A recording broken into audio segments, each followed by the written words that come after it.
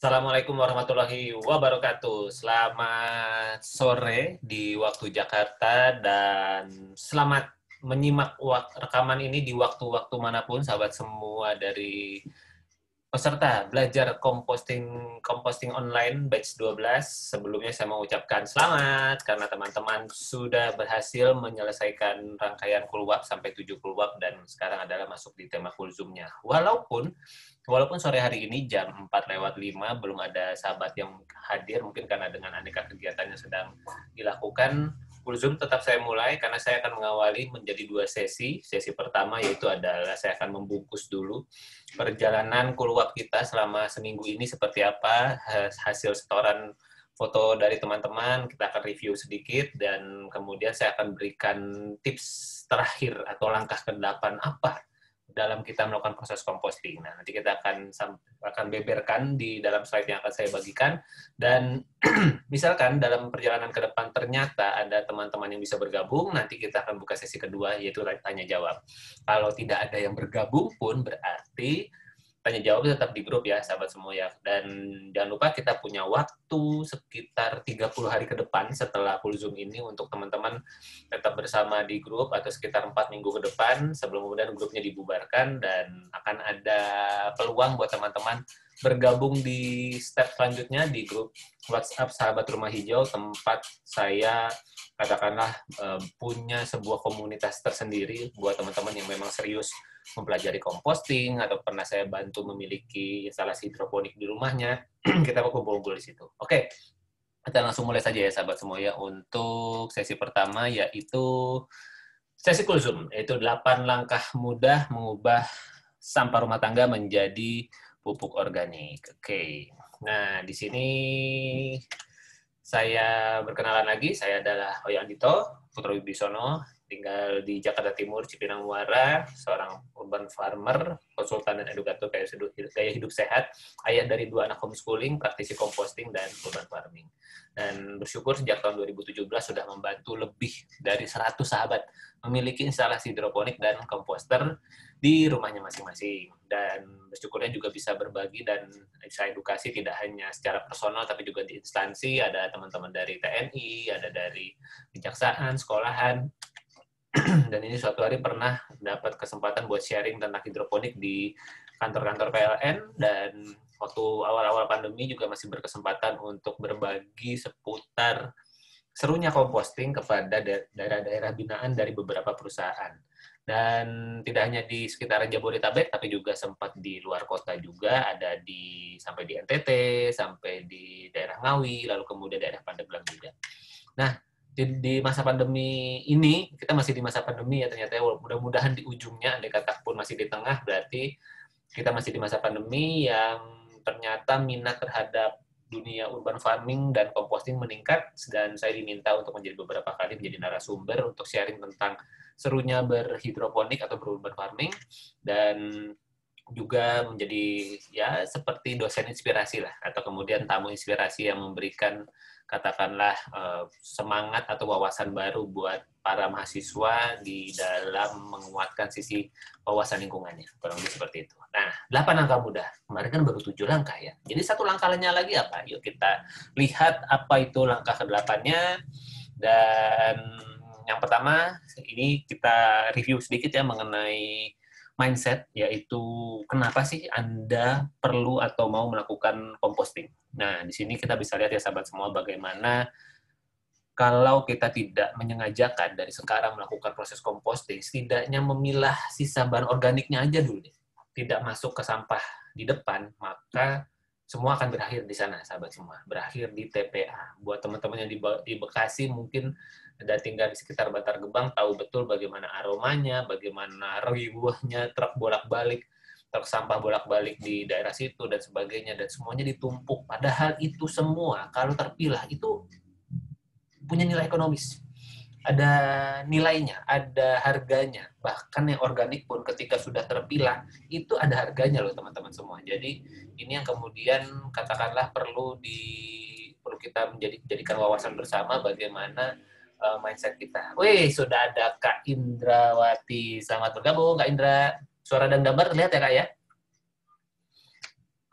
Oke, silakan nanti kita lanjutkan saja dulu ya Kak Indra ya. Ini sesi pertama saya akan melengkapi di membungkus perjalanan Coolwap kita selama katakanlah selama beberapa hari ini, dan silakan deh kalau ada yang mau ditanyakan silakan sampaikan di kolom chatting atau kemudian nanti kita open mic. Jadi sambil kemudian nanti sesi 2-nya adalah kita tanya jawab secara langsung, cerita-cerita dong bagaimana keseruan di proses compostingnya. Nggak apa-apa Kak, off kamera tidak apa-apa, yang penting suara terdengar, gambar terlihat, dan andai kata mungkin ada kendala sinyal atau bagaimana, nanti rekamannya juga bisa disimak lagi. Ini baru sampai di slide 1 Kak, atau slide tentang mindset yang kita sudah bahas bersama, bahwa kita perlu menemukan dulu alasan utama, alasan yang terkuat kenapa teman-teman mau melakukan composting. Karena tanpa ini yang nggak jalan biasanya gitu. Jadi ini yang kemudian perlu diperkuat dulu, apa sih yang menjadi alasan terkuatnya teman-teman. Nah, saya ingin berbagi perspektif bahwa jika pola persampahan kita selalu sebagaimana pada umumnya, sebagaimana yang dulu saya lakukan sebelum belajar composting, itu apa, dumping aja semuanya, taruh di kantong plastik. Kalau pergi ke minimarket atau ke katakanlah swalayan itu minta kantong plastik yang banyak gitu ya, supaya apa, buat apa? Buat kantong sampah. Ada yang mengalami seperti itu? Dulu saya mengalami seperti itu. Jadi pengennya kalau minta kantong plastik di double-double, kalau bisa double 3 sekalian gitu ya, karena plastiknya sudah diniatkan untuk jadi tempat sampah. Itu yang saya lakukan selama berpuluh-puluh tahun. Dan kemudian itulah yang kemudian membuat saya tergerak untuk kemudian mau melakukan proses composting. Kenapa? Karena gambar ini, Kak Indra dan teman-teman semua, bagaimana sampah kita itu kemudian menjadi problem, menjadi tantangan di tempat lain kalau kita tidak mengolahnya dari rumah. Minimal organiknya dulu. Jadi karena kenapa sahabat semua? Bayangkan 64 juta ton per tahun atau 175 ribu ton sampah per hari. Itu tahun 2019, belum pandemi. Kalau udah pandemi, apakah sampah kita akan meningkat? Kayaknya bakal meningkat. Karena apa? Belanja online-nya kan meningkat ya, sahabat semua.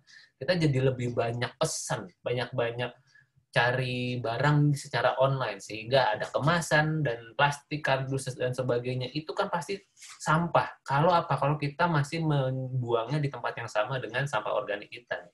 Nah, ini yang kemudian perlu kita waspadai bersama, perlu kita jadikan sebuah pemahaman bahwa kalau ini terus-menerus kita lakukan, tidak berubah, maka kemampuan TPS atau TPA yang ada di sekitar kita makin lama makin menipis. Maka katakanlah peristiwa-peristiwa yang terjadi di Bandung, di Bali misalnya, yang sampai kemudian sampahnya menumpuk tidak diambil karena TPA-nya bermasalah, tidak bisa menampung lagi, itu sangat mungkin bisa terjadi. Bahkan Bantar Gebang saja, kalau kemudian ternyata betul-betul terjadi, tidak bisa menampung sampah Jakarta lagi, nah gimana nih kita Kak, yang tinggal di daerah Jabodetabek? Kita tidak punya tempat buat membuang sampah lagi. Sampah-sampah kita tidak akan diambil oleh mobil sampah. Artinya apa? Kita sudah harus mulai memikirkan bagaimana cara kita mengelola sampah kita sejak hari ini. Dan bersyukur sekali teman-teman yang sudah bergabung di program Belajar Composting Batch 12, semoga kemudian apa yang sudah kita pelajari selama seminggu ini dan sekitar 4 minggu ke depannya bisa bermanfaat. Oke. Dan apa solusinya? Ya solusinya composting. Yaitu apa? Kita memilah dan mengolah sampah dari sumbernya. Dan mengapa perlu melakukan itu? Mungkin teman-teman ada yang sudah mulai mengalami, sudah mulai merasakan bagaimana 40-80% tumpukan sampahnya bisa berkurang loh. Begitu kemudian sampah organiknya sudah nggak nyampur di tempat sampah akhir. Bayangkan ya, bisa seperti itu ya. Terasa berkurang, apalagi kemudian teman-teman melakukan pemilahan tahap 2. Tahap 2 itu apa ya? Kertas sama kertas, kardus sama kardus, botol sama botol, kaleng sama kaleng. Begitu terpilah lagi, makin nggak ada lagi sampahnya. Semakin residu lagi gitu ya. Karena setiap sampah yang terpilah betul-betul bisa jadi manfaat, bahkan memiliki nilai ekonomis. Dan sampah organik yang terpilah punya manfaat, bisa menyuburkan tanah, membuat lingkungan kita menjadi lebih bersih dan menyehatkan. Dan kategori sampah kita bagi 2 ya teman-teman ya, ada organik dan anorganik. Dan kalau buat saya sekali lagi, yang organik adalah sesuatu yang kalau kemudian kita diamkan selama 2 minggu lebih, maka dia akan susut. Nah, itu organik. Karena ada juga yang bilang, kalau kertas gimana mas? Kalau kardus gimana? Kan itu bahannya dari kayu. Iya, coba kita diemin selama 2 minggu. Kira-kira dia susut nggak? Berubah nggak bentuknya? Beda sama daun pisang ya. Daun pisang itu kita diemin 3 hari, 4 hari di luar saja sudah mulai mencoklat, sudah mulai menyusut, mulai berubah bentuk. Kalau kertas sama kardus, bisa tahunan tidak berubah. Artinya apa?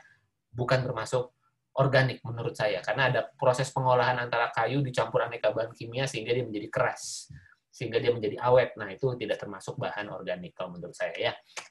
Lalu kemudian kalau sampah keringnya ya semua yang anorganik selain yang organik tentunya. Dan semua ini kalau kemudian bisa terpilah, maka dia semua bisa memiliki nilai ekonomis. Nah, prinsip 3R. 3R ini saya ingin mengingatkan lagi kepada sahabat semua bahwa dalam prinsip 3R, reduce, reuse, recycle, itu ada hierarkinya. Ya, jadi yang reduce ini harus menjadi atau perlu menjadi sesuatu yang kita perhatikan terlebih dahulu sebelum reuse, sebelum recycle.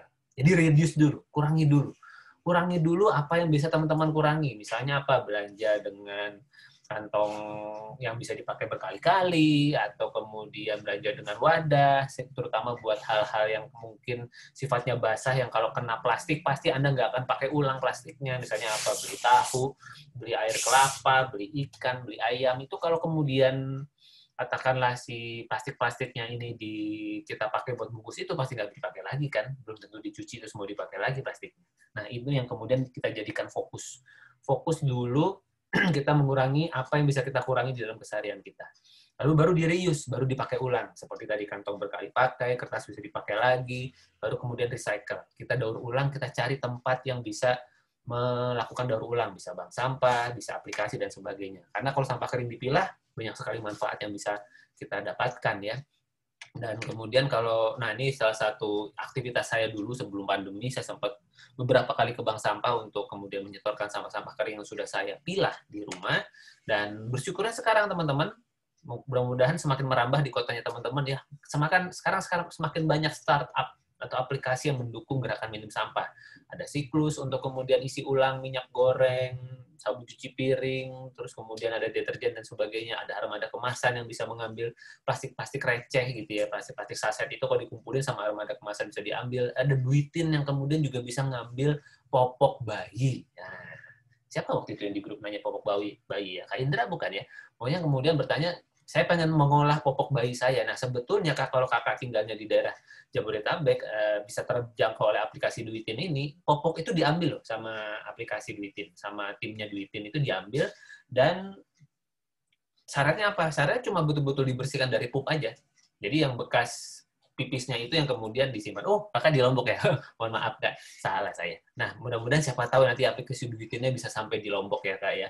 Nah, kalau di Lombok itu, kalau kemudian memang Kak Indra bertanya seputar katakanlah popok sekali pakai itu, ya memang caranya seperti itu kan. Dan gelnya popok itu lebih aman buat tanah ketimbang kertas dan plastiknya. Jadi mendingan, jadi kalau memang kakak ingin peduli dan ingin kemudian popoknya juga diolah, sebagaimana yang saya sharingkan tipsnya di video YouTube, diambil gelnya, kubur di satu tempat, itu baik kok buat tanah. Ketimbang kemudian kita ngubur sepopok-popoknya, karena popok-popoknya kertas dan plastiknya bisa jadi tidak akan terurai. Gitu ya Kak ya.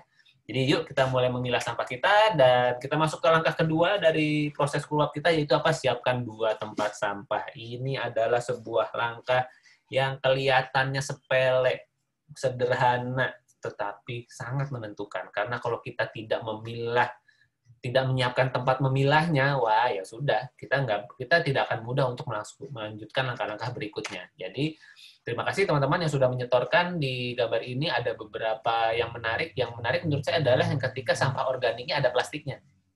Jadi sebetulnya saya punya concern di situ. Tapi ketika saya konfirmasi kepada teman-teman yang organiknya ada plastiknya, katanya nanti sampah plastiknya dipakai lagi kok Kak. Oke, sip. Yang penting prinsipnya itu. Yang penting dipakai lagi, dipakai ulang lagi, sehingga kenapa pakai wadah tertutup, supaya bisa dicuci dan dipakai ulang lagi.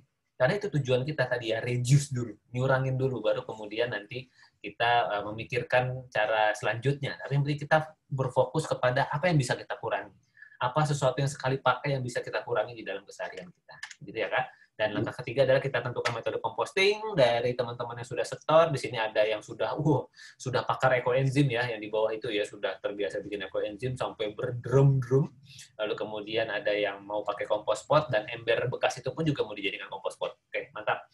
Terima kasih teman-teman atas pilihan-pilihan metode compostingnya.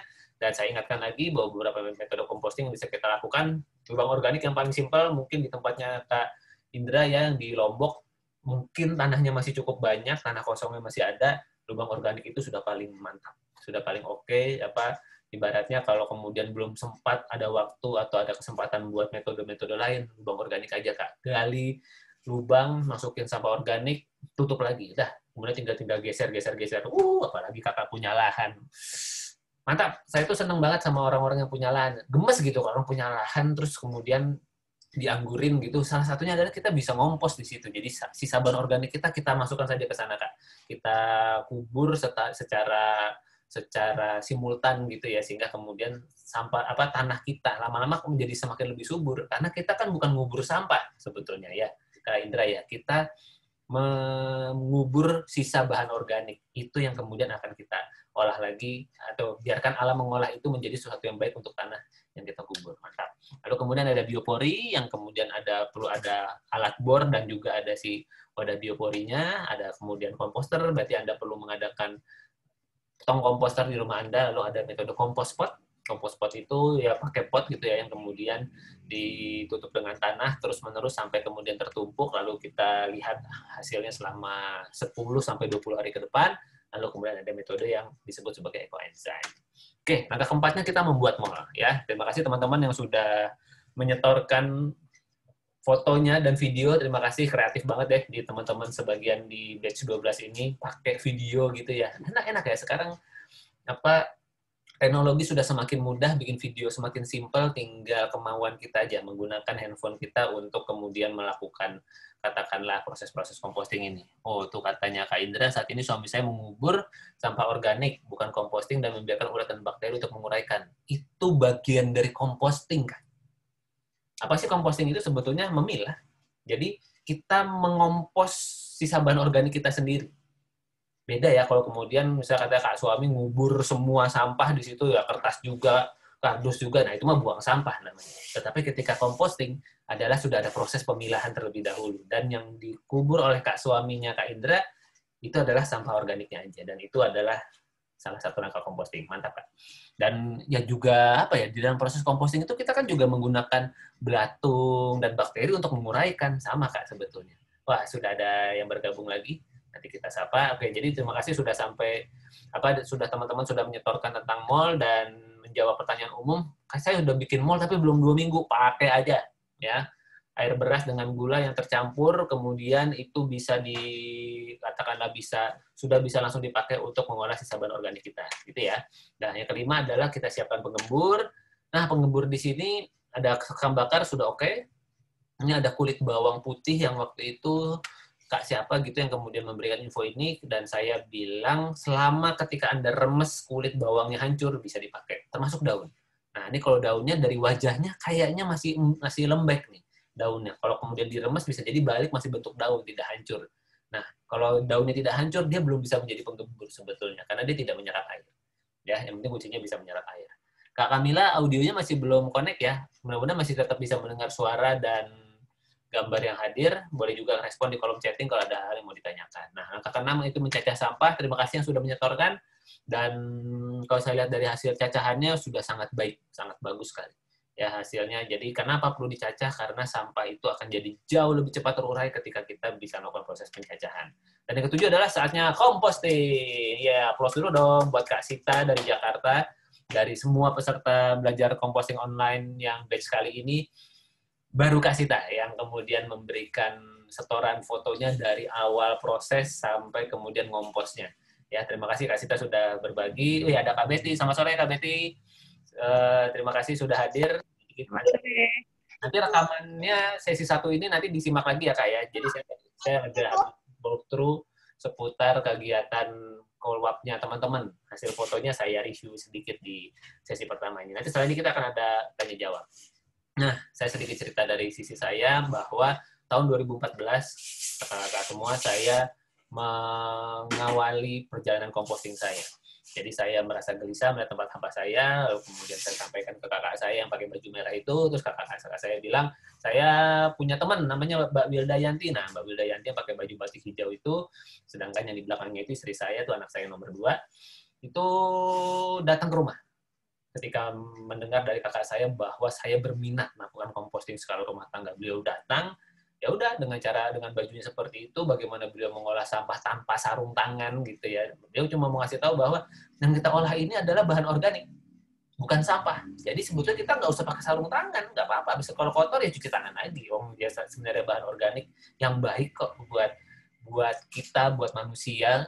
Hanya saja memang karena dia tertumpuk sehingga kemudian kadang-kadang dan tidak segera diolah, maka menimbulkan aroma-aroma yang nggak enak gitu. Itu sebetulnya yang kemudian membuat proses composting jadi lebih, ya katakanlah jadi lebih menantang gitu. Dan beliau mencontohkan bagaimana ya udah ngolahnya ya pakai tangan aja gitu, biar katakanlah kukunya kutekan ya tetap aja ngolah aja seperti biasa gitu. Jadi tidak perlu apa ya pakai sarung tangan atau apa enggak, karena kita mengolah sisa bahan organik tanpa bahan kimia sama sekali sebetulnya. Jadi ya silakan bisa diolah seperti itu. Oke, Kak Kamila berarti bisa mendengarkan suara dan gambar ya. Oke, silakan komen di kolom chatting Kak di sesi 1 ini, nanti kita akan masuk di sesi tanya jawab.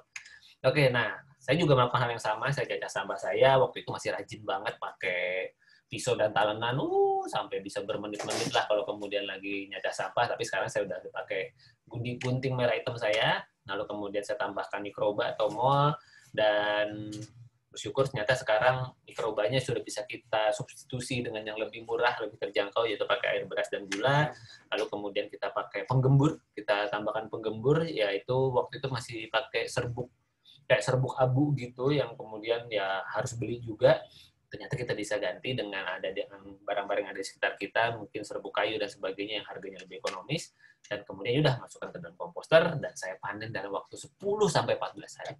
Nah, ini yang saya dapat dari hasil composting saya, yaitu saya dapat pupuk cair. Kebetulan waktu itu komposter saya adalah tipe yang bukan berkeran, tetapi berlubang bawahnya. Jadi pupuk cairnya itu rembes ke bawah. Kalau nggak ditampung pakai panci atau pakai wadah, dia ya mengalir kemana-mana. Biasanya memang ditaruhnya itu di atas tanah langsung gitu ya, untuk kemudian beberapa orang yang nggak mau ngambil pupuk cairnya. Nah, saya nampung pupuk cairnya itu yang saya dapat, bisa kita pakai dengan perbandingan 1:3 sampai 1:10. Panen pupuk padatnya juga akan ada pintu sampingnya. Saya ambil dari pintu samping, dan itulah hasil pupuk padatnya. Nah, ekoenzim ini juga menjadi sebuah cara composting yang menarik karena bisa menghasilkan sebuah zat yang nggak bau, justru kecut, segar, dan dia punya efek bisa mengambil minyak gitu ya. Jadi apa ya, tangan jadi keset, kompor bau masakan kena minyak belepotan dibasuh pakai itu jadi keset lagi. Meja makan habis kita makan misalnya ada tumpahan kuah dan sebagainya juga bisa kita bersihkan. Jadi sebetulnya betul-betul sangat luar biasa sih ekoenzim ini. Saya pakai buat ngepel juga, buat cuci sayuran juga gitu ya. Kalau misalnya saya mau bikin raw juice gitu, ya sayur-sayuran dari pasar itu direndam dulu pakai ekoenzim selama kurang lebih sekitar 15 menit, baru kemudian kita juice gitu. Keren. Nah, kemudian langkah ke-8-nya ini teman-teman. Ulangin lagi. Gitu ya. Jadi langkah ke-1 sampai 7 itu adalah sudah kita pelajari. Nah, langkah ke-8-nya apa? Ulangi proses compostingnya dari awal lagi. Kalau perlu dari langkah pertama lagi, itu apa mindset? Kenapa sih saya mau melakukan composting? Begitu itu sudah dapat lagi, langsung kita mulai composting dari langkah ke-2 sampai langkah ke-7. Begitu terus seumur hidup kita. Gitu ya sahabat semua ya. Dan ya bersyukurnya dengan saya punya pupuk cair dan pupuk padat itu, saya bisa memanfaatkannya untuk berkebun. Jadi buah-buahan, sayur-sayuran yang ada di gambar teman-teman sekarang semua ini itu pupuknya betul-betul hanya pakai sisa bahan organik yang sudah saya olah di komposter. Hasil composting. Ya ada katakanlah media tanam yang kadang-kadang mungkin sudah ada campuran pupuk kandangnya dan sebagainya, tetapi lebih banyak kalau pupuk, saya tidak menambahkan pupuk yang lain selain kemudian pupuk dari hasil composting. Seru ya, jadi hasil sampah bisa menjadi sesuatu yang bisa kita nikmati lagi. Nah, jadi bukan hanya model katakanlah raised bed seperti tadi, tapi juga bisa nanam di polybag kalau kita tidak punya lahan yang luas. Dan ini yang model raised bed tadi ya, jadi apa kita tumpuk batu, bata, atau genteng di atas tanah, kasih tanah langsung gitu ya. Karena kadang-kadang tanahnya kan ada yang cukup keras sehingga tidak mudah digali, ya udah kita taruh tanah aja di atasnya. Nah, ini hasil sayuran-sayuran yang waktu itu menarik sekali kalau saya ingat-ingat lagi fotonya, karena di tanah sebelah ini sekarang sudah, kami dulu tadi boleh pakai karena tanah milik tetangga, sekarang tetangga sudah menjual tanahnya ke orang lain dan sedang dibangun bangunan. Jadi ini kenangan masa lalu saya waktu masih berkebun di lahan yang lebih agak sedikit luas. Sekarang ya seperti yang di sebelah kiri gambar, itu di jemuran saya kalau itu. Jadi tetap kami nanam dengan polybag, kemudian ya udah panen ketika waktunya panen.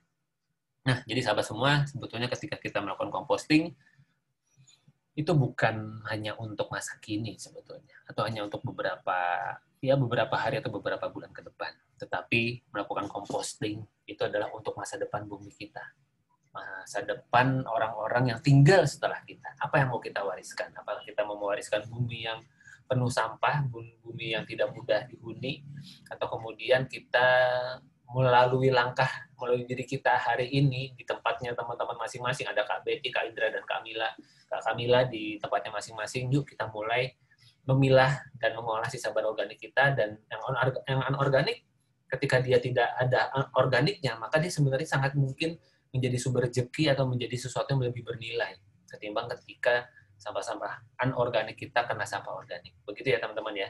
Jadi terima kasih, dan ya ini media sosial saya, silakan teman-teman untuk mungkin ada yang belum berteman di Facebook atau belum follow atau subscribe di channel YouTube saya, yang saya usahakan setiap minggu selalu ada konten-konten baru, minimal konten Q&A atau kemudian ngobrol seru urban farming.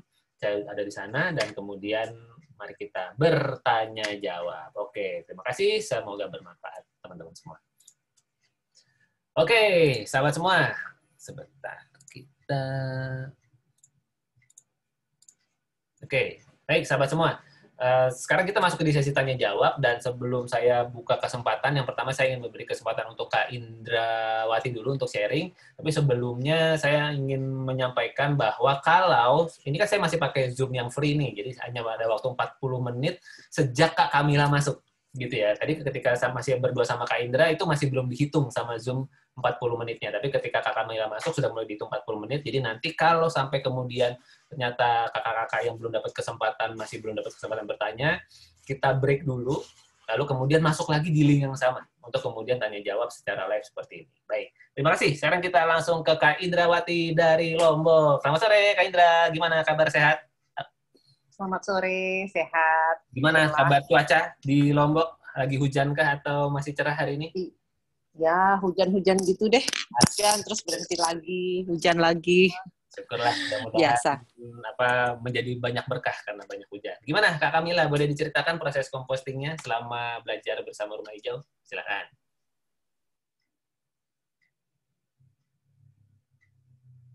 Halo Kak, monggo silakan. Gimana proses perjalanan compostingnya? Apakah suara saya masih bisa didengar mungkin? Tadi tiba-tiba Kak Indra termute. Monggo silakan Kak Indra di-sharingkan bagaimana perjalanan compostingnya selama belajar bersama Rumah Hijau, silakan. Oh, saya ya? Saya pikir Mbak Kamila. Kak Indra dulu, silakan. Nanti setelah itu baru Kak Kamila. Silakan Kak Indra. Ya, menarik sih. Sebenarnya saya sudah kepingin belajar tentang hal ini sudah lama, tapi belum ketemu dengan Rumah Hijau. Oh, gitu ya. Kak Wahyu ya. Selalu masih dalam pikiran saya gimana. Jadi saya mungkin mulai 7 tahun yang lalu mulai menggunakan cutlery dari bambu, karena kebetulan teman saya di Bali yang membuatnya. Dan sudah kita biasanya, karena saya sih biasanya sebelum pandemi ini saya traveling. Jadi selama kita traveling pun kita sharing tentang bamboo cutlery ini. Dan suami saya yang dari Australia juga, dia sudah paham sekali tentang composting. Dan di rumah kita yang di Australia kita pakai toilet yang dry toilet dan menjadi pupuk, jadi kotoran kita sendiri. Wah, seru itu, keren. Iya, jadi mindset kita sudah ada, cuman kadang-kadang kita ada kendala-kendala yang seperti plastik sekali pakai, yang kita berusaha bawa sendiri shopping bag-nya, dan kita usahakan kita nggak beli barang-barang yang cuma sekali pakai dengan dikemas-kemas seperti itu. Jadi kita berusaha seperti itu, tapi kita belum betul-betul mengkompos. Kemudian kita kebetulan punya anak pada saat pandemi, dan akhirnya kita harus stay di Lombok. Oh gitu. Nah, sejak itu baru kita punya kesempatan untuk mengkompos, karena selama ini kita selalu di jalan, istilahnya hidupnya di jalan. Jadi we don't have time ya untuk melakukan mau menanam dan segala macam. Sejak pandemi akhirnya kita di Lombok dan mulai menanam pohon-pohon dan ya mulai bisa mempersiapkan langkah-langkah composting ini. Dan saat ini saya juga sering meluangkan waktu di rumah orang tua saya. Dan di sana sama, jadi mereka dumping semuanya menjadi satu. Nah, sejak ikut Kuluap ini, kita di rumah mulai memilah. Akhirnya bingung gini, loh setelah dipilah plastik, kertas, dan yang organik, terus apa dong yang dibuang ya? Jadi it's really nice, dan saya di sini punya 2 mbak di sini yang membantu kita sehari-hari, dan saya bilang oke, saya kasih insentif. Jadi saya kasih sedikit uang jajan untuk mereka kalau mereka mau membantu saya untuk untuk memilah sampahnya, dan mereka melakukan itu dengan semangat melakukan. Jadi mereka datang ke saya, ini kalau ini taruhnya di mana, kalau ini taruhnya di mana. So it's nice melihat mereka membantu kita memilah. Dan ya di sini di Lombok ternyata ada pabrik yang membuat batu bata dari plastik. Plastiknya plastik apa, Kak? Plastik kresek itu atau apa bahan plastiknya? Saya kurang tahu karena ini baru tahu dari teman, tapi pabriknya belum jadi masih dalam proses. Tapi nanti kalau misalnya sudah jadi, katanya sih plastik apa saja, nanti mereka yang memilah-milah dan mereka yang memikirkan bagaimana prosesnya. Jadi sangat-sangat mengharapkan pabrik ini supaya cepat jadi. Sementara ini kita ya berusaha sebisa kita memilah dan mengurangi sampah kita. Luar biasa. Wah, keren banget nih Kak Indra ya, sudah di dalam kesehariannya ya. Tapi kalau saya boleh tanya, dari proses composting itu selama 1 sampai 7 langkah yang kemarin di-sharingkan, langkah yang mana Kak yang menurut Kakak, wah ini nih saya bisa lakukan, ini yang kemudian selama ini mungkin seperti apa, missing link atau sesuatu yang akhirnya baru saya temukan di Kuluap yang ini, yang mana Kak, kalau saya boleh tahu?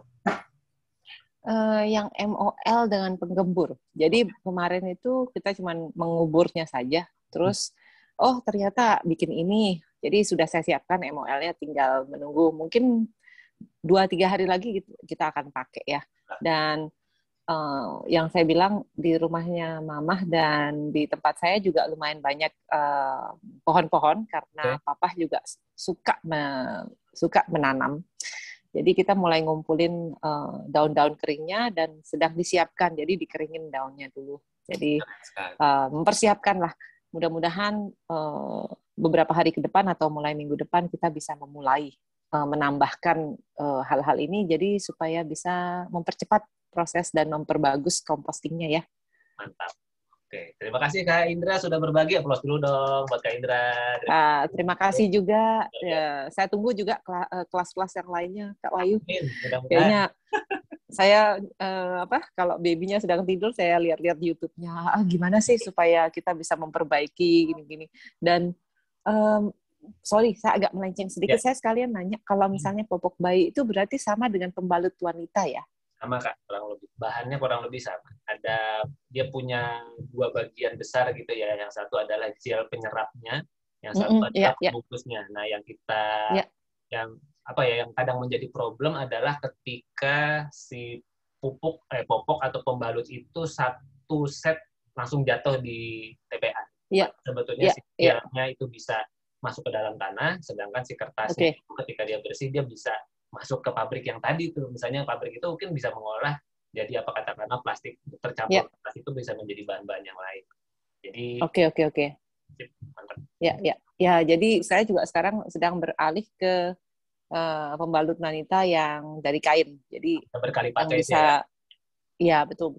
Jadi masih ngomong dengan beberapa teman juga supaya kita bisa sama-sama melakukannya.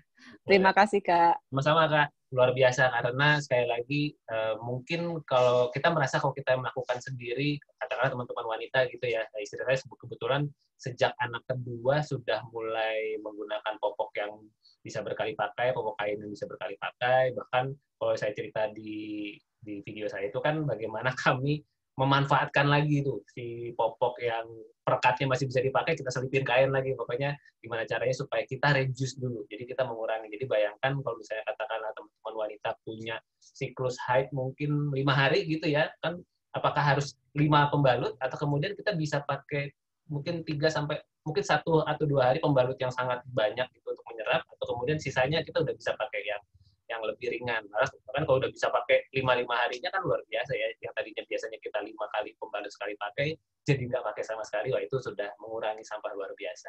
Mudah-mudahan langkahnya Kak Indra menular ke teman-temannya ya. Mudah-mudahan seperti itu. Terima kasih Kak Indra sudah berbagi.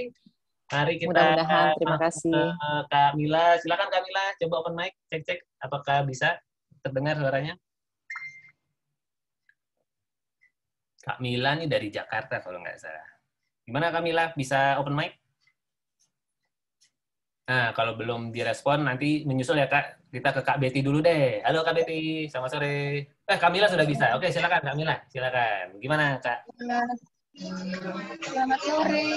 Selamat sore. Maaf, ini agak crowded soalnya lagi di luar ini. Oke, Kak. Langsung aja Kak. Kan bisa kedengeran ya? Gimana? Bisa kedengeran. Gimana keseruan selama belajar composting selama 7 hari ini? Apa yang bisa Kakak dapat atau ceritakan atau hal baru apa yang menurut Kakak menarik selama proses keluar? Oke. Saya itu sebenarnya newbie ya di sini ya. Tapi dari dulu saya itu pengen gitu, kalau ngelihat sampah itu kayaknya kasihan gitu.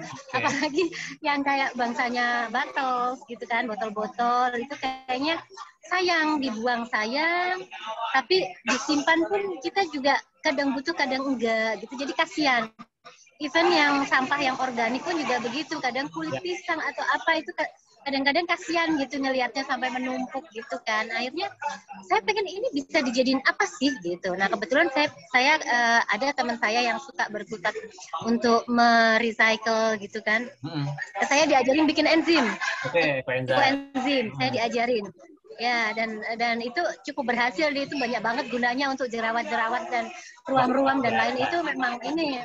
Ya, tapi kan itu terbatas banget ya Mas Dito ya. Terbatas hanya kulit buah sama sayur lah. Itu saja kan, yang lain-lain itu kayaknya masih harus diapain gitu. Nah, kebetulan kan kemarin saya buka-buka IG, ada yang nongol nih, composting nih gitu. Ya udah, saya coba. Nah, udah karena saya baru kan, saya ikutin aja nih stepnya. Saya ikutin, cuman di tengah-tengah itu saya bikin mall ya, bikin MOL-nya itu. Itu sih nggak masalah sih. Itu nggak masalah sih. Sekarang lagi proses aja, nunggu sampai mateng ya. Nah, kendalanya lagi itu untuk penggembur Mas Dito. Nah, karena di tempat saya kan, ya Mas Dito tahu sendiri deh di Jakarta itu agak susah ya, nyari daun kering, nyari serbuk kayu itu agak susah. Akhirnya pilihan saya hanya abu gosok. Malah hebat Jakarta dapat abu gosok. Ya. Canggih. Tapi itu susah saya dapat. Sampai saya harus upload di WS saya, di mana saya bisa beli abu gosok gitu. Ternyata ya setelah berhari-hari saya kan akhirnya stop dulu lah, saya cari abu gosok dulu lah. Akhirnya tadi pagi saya dapat sih di pasar sih, alhamdulillah ya. Itu dapat juga. Nah, ya mungkin kendala saya untuk sementara ini di situ. Ini baru mau mulai lagi besok mungkin. Tuh, jadi saya ikutin aja dulu stepnya. Luar biasa. Berarti tinggal ditunggu foto-fotonya ya, Kak Mila ya, di proses composting. Pokoknya kita punya waktu selama 4 minggu ke depan, Kak Mila di dalam grup. Jadi silakan hasil compostingnya, supaya kemudian kita diberikan feedback apa yang kira-kira bisa ditingkatkan dari Tapi mall 1 minggu bisa dipakai kan? Untuk MOL-nya itu 1 minggu. Bisa? Oh ya, oke. Berarti besok saya sudah bisa mulai kalau gitu. Yes, ya. Mulai aja. Terima kasih banyak loh Mas Dito. Saya yang terima kasih. Senang ada yang semangat seperti Kak Mila yang di dalam perasaannya, bisa diapain ya, gitu. Wah, itu sudah langkah luar biasa untuk kemudian kita bisa melakukan proses composting bareng-bareng. Terima kasih, aplaus dulu buat Kak Mila. Terima kasih banyak. Ditunggu foto-fotonya. Dan kayaknya kita tempat nih untuk langsung ke Kak Betty. Halo Kak Betty, monitor. Bisa mendengar suara kami? Halo, selamat sore. Selamat sore Kak Betty. Gimana kabar? Sehat? Oke, sehat. Monggo Ya, maaf ini diceritakan gimana Kak Betty videonya saya perjalanan. off-kan dulu ya. Nggak Saya apa-apa Kak. sambil ini nyuapin anak saya ini Nggak sambil. apa-apa. Hati-hati awas salah kesuap, salah masuk lubang. Monggo Oke. silakan. Ini di Jogja gimana tapi cuaca sebelumnya Kak Betty? Seminggu terakhir ini banyak hujan. Oke. Tapi alhamdulillah hari ini sih nggak hujan, cuman ini langitnya udah mulai putih semua. Nggak tahu nanti menjelang malam Sip. hujan atau enggak. Mirip suasana Jakarta kalau begitu. Silakan Kak Betty, apa yang Kak Betty dapat atau momen apa yang paling menarik dalam proses keluar selama 7 hari kemarin itu? Silakan Kak. Iya, yang jelas sih selama ini kan sebelumnya saya sudah belajar mengenai ekoenzim, di mana kan kita manfaatin yang masih bagus-bagus dari sisa-sisa itu. Ya, terus saya sih cuma mikir, terus yang nggak bagus mau dikemanain gitu kan. Nah, kemarin-kemarin juga sudah sempat lihat-lihat, oh memang sih dikompos, cuman sebenarnya kalau ngompos itu, saya yang paling geli itu memang sih ini bagus. Saya paling geli kalau udah lihat magotnya. Okay. Jadi saya sering, iya sebentar. Jadi kan saya sih sering sharing dengan teman saya di Bogor. Beliau ini kebetulan juga punya biopori dan yang lain-lainnya kayak gitu. Saya nanya, ada sih nggak sih yang ini, yang iya, iya sebentar ya. Jadi usia berapa? Kenapa? Usia berapa anaknya? 4 tahun. 4 tahun. Asik, lagi lucu-lucunya Kak, dinikmati. Iya, saya nanya-nanya apa sih yang apa? Maksudnya bisa nggak yang nggak ngeluarin kayak gitu? Soalnya saya kan geli gitu. Ya. Kalau dia bilang ya kalau selama ini dia mesti nemu kayak gitu. Betul. Kayak terus cacing-cacingnya juga banyak, apalagi biopori kan banyak banget tuh cacingnya. Makin asik. Nah, terus saya iseng-iseng ini nyoba, siapa tahu di sini saya nemu gitu loh, gimana sih caranya biar nggak memunculkan seperti itu, biar saya juga lebih senang ngomposnya, nggak geli lagi kayak gitu. Selama ini kemarin kan gimana? Ternyata sama aja ya.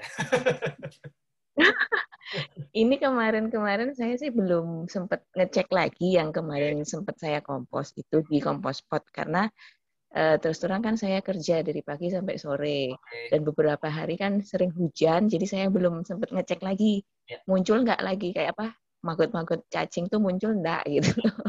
Jadi saya belum ngecek itu sih. Sebenarnya gini Mas, tantangan saya terbesar di proses memilah sampah, sebenarnya saya ini di sini kan masih ikut orang tua, jadi saya masih sulit untuk menanamkan mindset mengenai pemilahan sampah.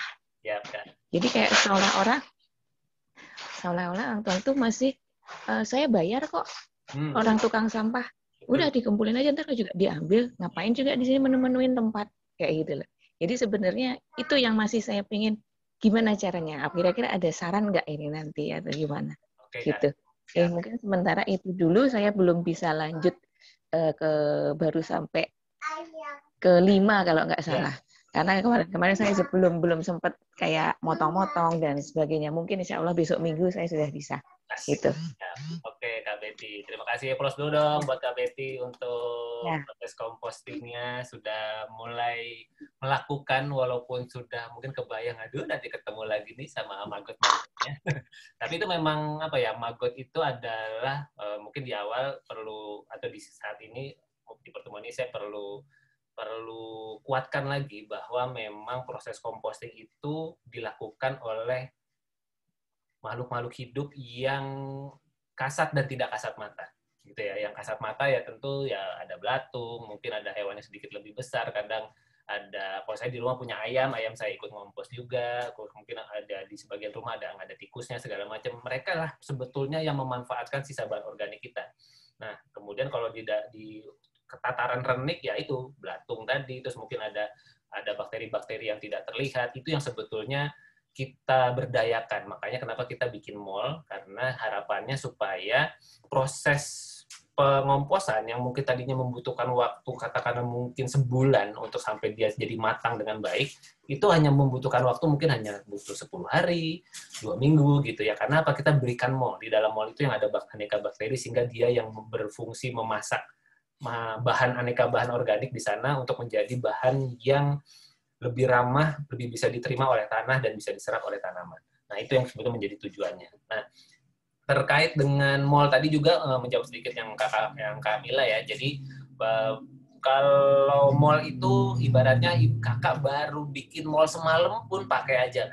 Karena itu jauh lebih baik daripada kalau kakak mengompos tanpa mall. Tentu makin matang, makin bagus gitu ya. Tetapi jangan sampai kemudian karena mallnya belum jadi, saya nggak ngompos. Nah, jadi begitu ada mall seberapapun usianya pakai aja.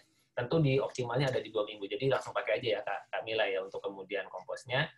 Mallnya itu. Dan mengenai mindset keluarga ini juga kalau saya boleh cerita ya Kak Mila ya, mungkin saya butuh waktu 3 tahun sampai kemudian sekeluarga saya punya saya tinggal bersama keluarga kakak saya, ada ibu saya, ada sepupu saya gitu di dalam rumah ini. Jadi untuk di awal-awal ya memang perlu ada semacam apa ya, pembuktian bahwa memang apa yang saya lakukan ini sebuah hal yang baik.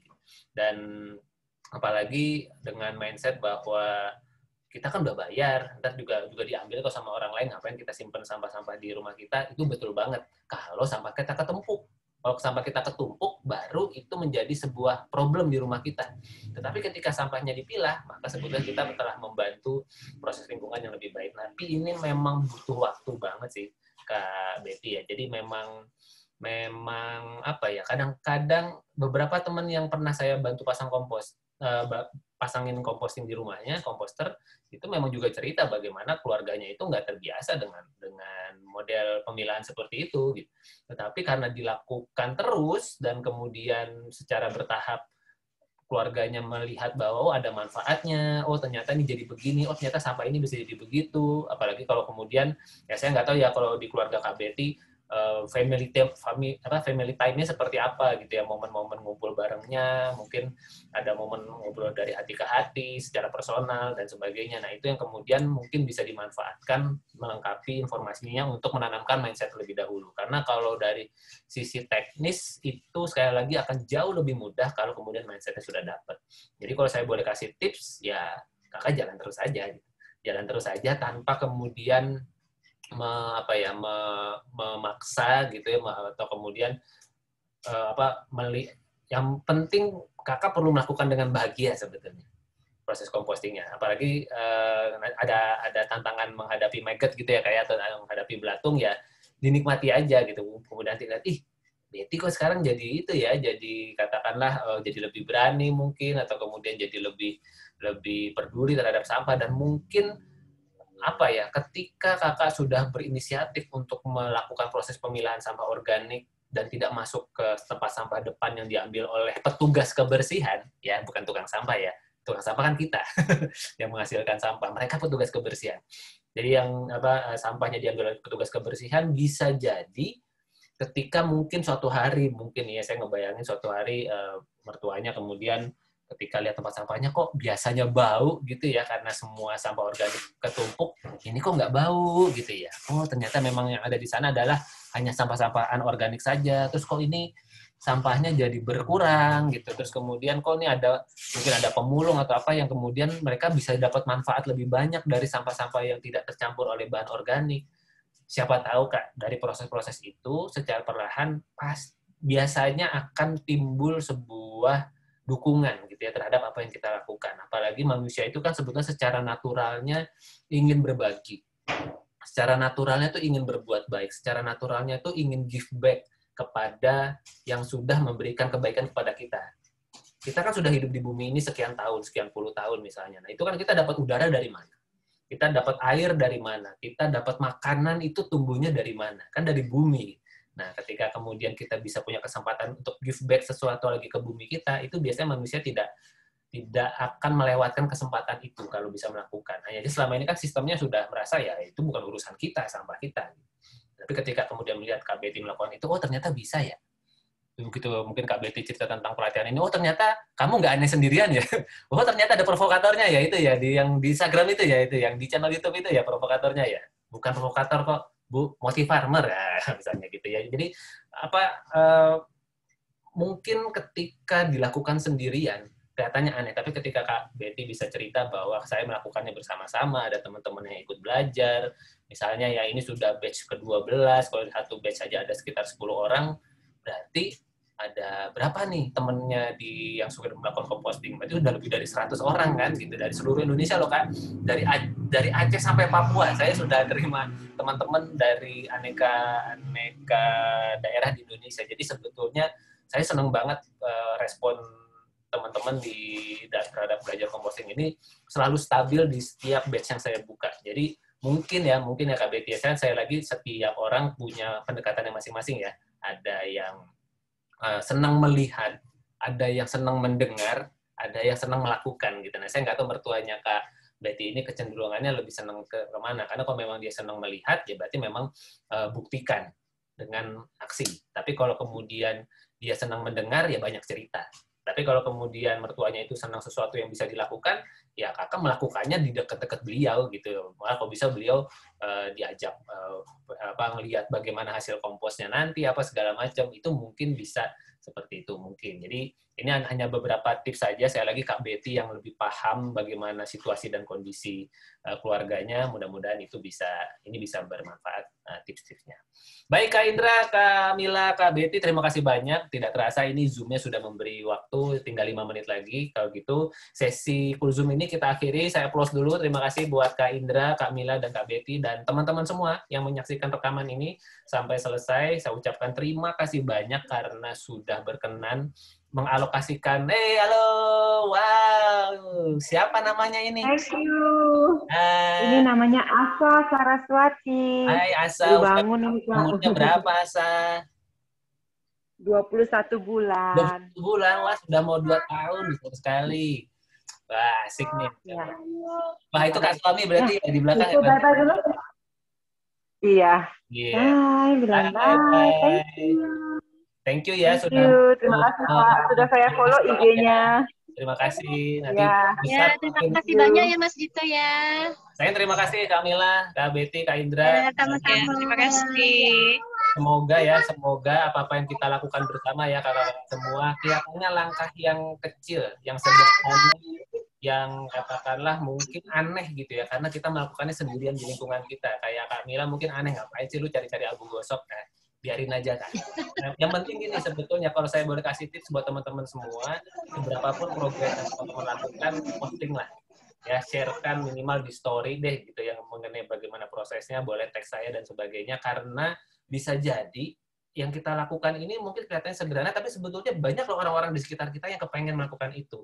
Namun dia seperti Kak Indra barusan, atau Kak Mila barusan, yang udah lama kepengen melakukan, tetapi emang bisa, emang ada. Tapi ketika kemudian melihat teman-teman lingkarannya melakukan hal yang dia pikir tidak bisa dilakukan, bayangkan Kak kelipatannya seperti apa. Saya selalu membayangkan seperti itu, dan ya tentu katakanlah kita berharap Indonesia bisa jadi lebih peduli sampah, kita tidak bisa berharap hanya dari pemerintah saja, karena kalau ngomong-ngomong soal pemerintah, sebetulnya pemerintah sudah punya program di setiap kelurahan itu wajib punya alat pencacah sampah dan komposter. Dan itu sudah ada. Pertanyaannya, apakah teman-teman pernah melihat di kelurahannya melakukan itu? Nah, kalau belum, berarti memang apa kuncinya ada di edukasi.